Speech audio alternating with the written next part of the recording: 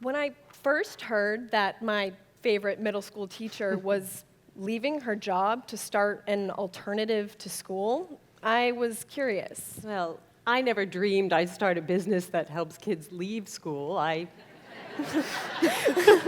practically spent my life in school, and for the most part, I loved it. I learned so much from my students. And middle schoolers, they're so quirky and honest, and they don't let you get away with anything. I became a teacher because I wanted to help kids enjoy learning. Alternative education. I knew it existed, but I didn't know what it looked like. At the beginning of my sophomore year, I knew what 3 more years of the same looked like. Sitting in a classroom, focused on my GPA, AP classes, and math homework. And more, my public school students started showing up to my classes with this growing attitude that seemed to say, "What do you want from me now?" They'd been so managed and measured, many of them didn't even know what they cared about anymore. The fall of 2017, I attended Diane's informational open house, introducing her new alternative. She'd invited a group of teenagers from an existing self-directed learning center. I heard stories from these kids who don't go to school. They construct their own education. They were invested in their lives and proud of what they were doing. Suddenly, everything just clicked. At the end of the open house, I turned to my mom and said, "Tomorrow is my last day of public school." Well, you see, the year Maddie was assigned to my 8th grade class, we had this special new schedule. Writing scores had gone down in the district. So we had almost 2 hours a day of writing workshop where we would dive into ethical dilemmas and fiery debates. It was spending uninterrupted quality time with students like this that reminded me why I became a teacher in the first place. I needed to find a way to this again. In elementary school, the one day a week we spent in the art room was my favorite. I had an insanely creative teacher who loved art and her students, and I looked forward to this precious 50 minutes when I got to experiment with interesting materials. In middle school, art was reduced to an elective. I had to choose between art and band. And after 2 years of looking longingly at the art room, I made the decision to stop playing the flute. Who decides what kids learn? They have interests just like us. I dreamed of a modern-day scola. Scola comes from the Greek word for school. It's a place where people engaged in learning as a leisure activity, a place to share, practice, and cultivate ideas. I remember in one of my high school history classes, I was listening to a lecture about World War II. I drew while I listened. It helped me think. Then I heard my teacher say, "Maddie, put your pencil down." I was a well-behaved student, so I put it down. But after a few minutes, I began to space out, so without thinking, I picked up my pencil and continued my sketch of the first airplane used in combat. "Maddie, pencil." This time, with a little bit of frustration, I set it back on the desk. And the next time I picked it up, she said, "Maddie, do I have to ask you to step out into the hall?" You see, what my teacher didn't understand is that drawing is how I keep my brain engaged. My doodles would pop into my head during tests and help me remember. So, yeah, I put my pencil down and stopped learning. Well, it seemed like a lot of us stopped learning. I needed to do something, but what? So, in my 30th year of teaching public school, you don't get to retire, I don't know if you knew that, I started obsessively researching alternative education, transferable skills for teachers. Did you know there are more than 2 million homeschoolers in America? And among them, there is a growing movement called self-directed education. They champion students to direct their own learning, and adults are facilitators and guides. I visited a few of these centers and fell in love. I didn't know exactly how they worked, but I was pretty sure it was something I could do, something I needed to do. So, with a lot of hard work and support and encouragement from family and friends, we opened BigFish Learning Community in Dover, New Hampshire. And thanks.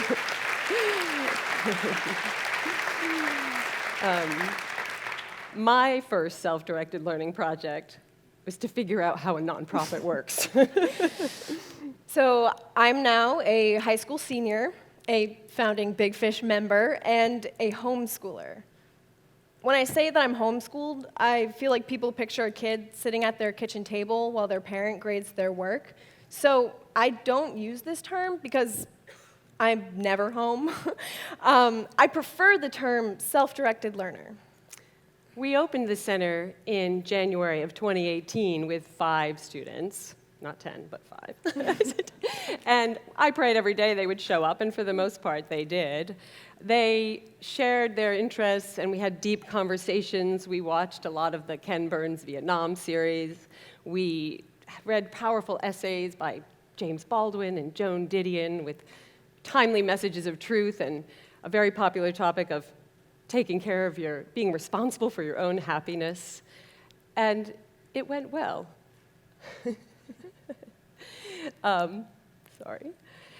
New students started showing up. We had some students came to us because they wanted a smaller community, some wanted a slower pace, and some students just work better on their own. Ben, a former student of mine, came to visit, and he was interested in joining the center. And he came in on a bright February morning. We went outside to go to the car to get a printer, and he stood in the parking lot and just took a big sigh. And he said, "It's Monday at 11 o'clock in the morning, and I'm outside. This feels so good." It wasn't always easy, though. In the beginning, I tried to replicate school at the center. Having my entire day planned out for me was all I had ever known, and to go to complete freedom was a bit of a learning curve. Remember, you even asked us for math homework at one point. I thought that busy work meant productivity, and that a packed schedule was a sign of intelligence. But my way of thinking began to shift. Instead of setting aside a time for math, a time for science, history, English, like school, I followed topics that sparked my interest. For example, color theory. As I began reading and researching, I learned about the difference between color addition and color subtraction. As a painter, I knew about color subtraction, but I hadn't known that when it comes to light, red, blue, and green are the primary colors. Then I learned how color codes on our computer are in hexadecimal or base 16 values. Then I learned about bases. My interest in art led me to math, science, and computer technology. Yes, that's it. So although it can feel a little like herding cats, we love to see the connections that they make.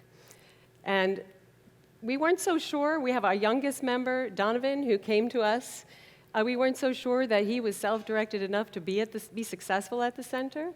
He spent a lot of time on the computer, didn't take any classes, and persistently asked if we could go to the playground. But at his end-of-the-year family meeting, Donovan's parents told us with tears in their eyes just how much their son had changed in only 3 months. Their grumpy, antagonistic 5th grader had turned into a helpful, flexible member of the family. He and his dad are even planning a little side business restoring furniture.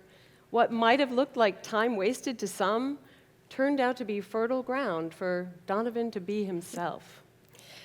Instead of one transcript, I gather my work in this ongoing portfolio. It has the classes I take at the center, art independent studies at my former public school, community college classes, and my work with local artists. 2 years ago, I was making art the way I was doing school. I was a perfectionist.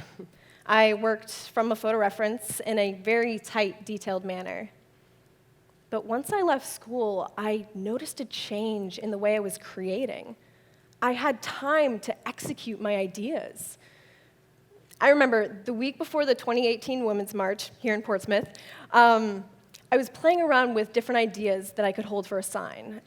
And then I saw it, and I pulled out my canvas and my acrylics, and I painted vigorously on my bedroom floor until 3 in the morning. And you brought that in the next day, and we screamed because, so powerful.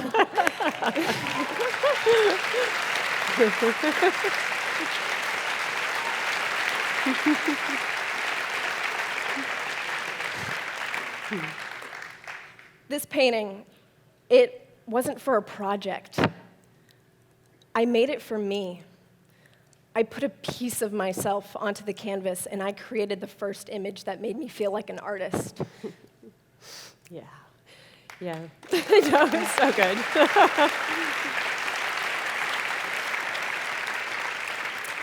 We're just beginning our second full year, and we've accomplished quite a bit. It's by far the most difficult and complicated thing I've ever tried to do, although teaching was not easy.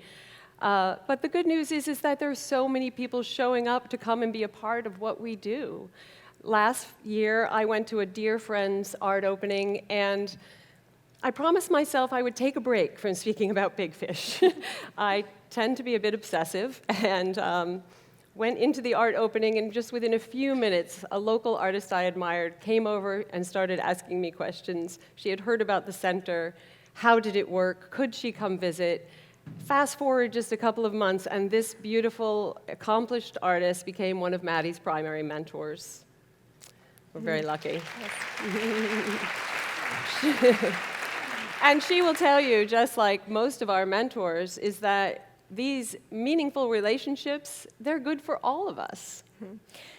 Sometimes I hear my peers refer to their school life versus their real life. That once they're no longer in school, they don't have to think about what they learn. I wish more kids wanted to connect what they learn to their lives rather than thinking of their education as this separate entity. Don't get me wrong, conventional school has relevance for some kids. That model works for them. But it doesn't work for everyone. And I also know that my route is not for everyone.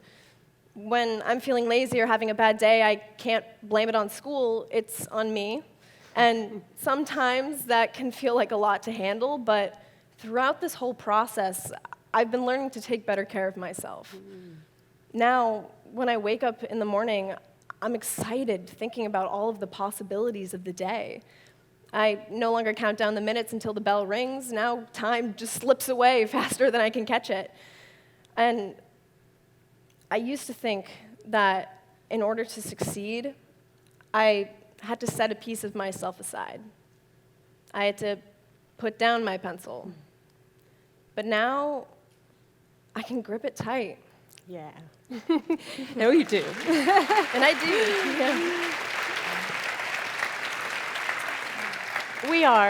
We are so grateful and optimistic because we are bringing forward a new way of thinking. Well, it's actually an old way of thinking, returning.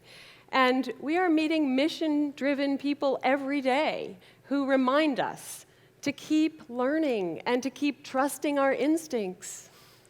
And the bonus is I still get to work with incredible young people who are doing work that matters because they have decided it does. Thank you. Thanks.